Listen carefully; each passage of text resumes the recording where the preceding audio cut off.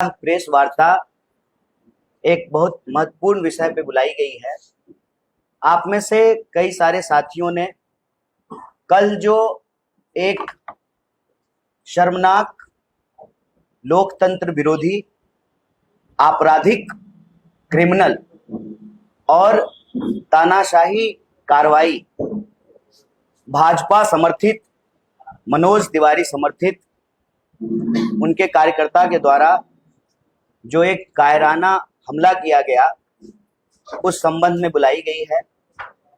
आप में से कई सारे मीडिया के साथी बार बार कॉल करके यह पूछ रहे थे कि क्या इंसिडेंट हुआ।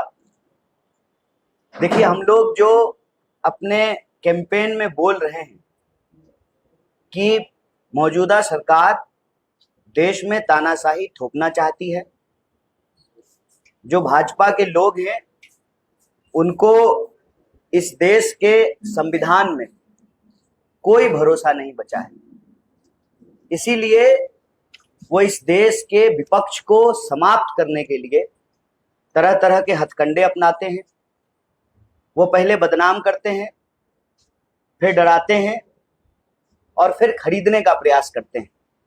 आप सबने देखा कि सूरत में क्या हुआ, खजुराहो में क्या हुआ, इंदौर में क्या हुआ।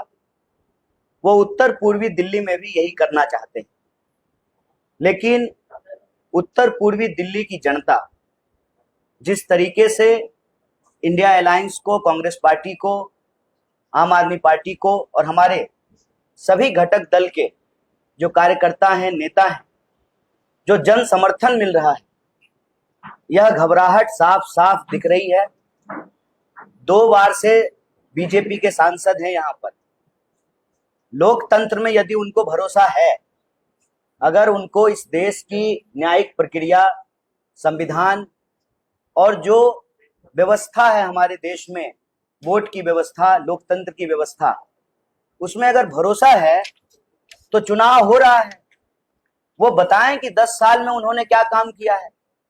लेकिन अपना काम बताने की बजाय, जब से कांग्रेस पार्टी की ओर से मुझे इंडिया अलायंस का प्रत्याशी बनाया गया है उत्तर पूर्वी दिल्ली से, लगातार झूठ बोल रहे हैं, डॉक्टर नकली वीडियो घुमा रहे हैं और आम लोगों को भड़काने का प्रयास कर रहे हैं। जब आम लोग इनकी बातों में नहीं आए, आम लोगों ने हर गली में इनसे यही पूछा कि सड़कें क्यों नहीं बन रही, जाम की समस्या क्यों नहीं समाप्त हो रही, क्यों यहाँ पर लॉ एंड ऑर्डर का, कानून व्यवस्था का एक गंभीर समस्या है और 10 साल में आप दिखाई क्यों नहीं दिए, हमारे सुख दुख में क्यों नहीं आए। इन सवाल का जवाब जब देते इनको नहीं बन पा रहा है, तो अब ये बदनाम करने के बाद अब ये डराने की अपनी प्रक्रिया शुरू कर चुके हैं। तो मैं उनको कहना चाहता हूं, हम गांधी जी के सिपाही हैं, हम डॉक्टर बाबा साहेब भीमराव अंबेडकर के संविधान को मानने वाले लोग हैं। हमारे अंदर शहीद आजम भगत सिंह का साहस है। ये कितनी भी कोशिश कर लें, हम रुकेंगे नहीं।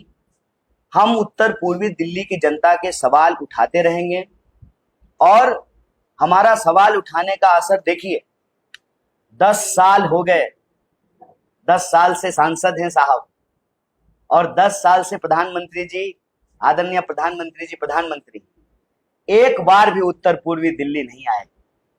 ऐसा क्या हुआ है इस बार के चुनाव में कि प्रधानमंत्री जी भी सभा करने के लिए आ रहे हैं आज, और जहां प्रधानमंत्री जी सभा करने के लिए आ रहे हैं, आदरणीय प्रधानमंत्री जी, आप कहते हैं बेटी बचाओ बेटी पढ़ाओ, कल हमारे ऊपर हमला करने के प्रयास में एक जो महिला पार्षद है छाया शर्मा, जिस वार्ड में प्रधानमंत्री जी आ रहे हैं उसी वार्ड की जो पार्षद है, उस महिला पार्षद पर भी अटैक किया गया, स्याही फेंकी गई, बाकी कंप्लेन उन्होंने पुलिस में कराई है।